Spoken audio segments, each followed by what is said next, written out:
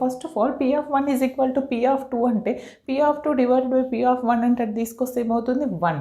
Consider this is first equation. Okay, తర్వాత ఏం చేస్తానంటే by recurrence relation, this is the standard formula for the recurrence relation in the poison. P of x plus 1 is equal to lambda by x plus 1 P of x.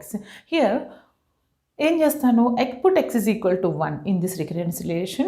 It will become to what? ఇదేమవుతుంది P of 2 అవుతుంది, lambda by 2 P of 1.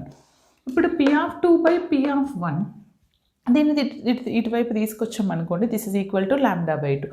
But from 1 P of 2 by P of 1 is nothing but what 1 అని తెలుసు. అంటే రెండింటిని equate చేయొచ్చు కదా, lambda by 2 equal to 1. From here you'll get lambda, our parameter, that is nothing but our mean of the Poisson distribution. Here the mean of the Poisson distribution is what? 2 వచ్చింది. దాని తర్వాత నాకు mean parameter వచ్చింది,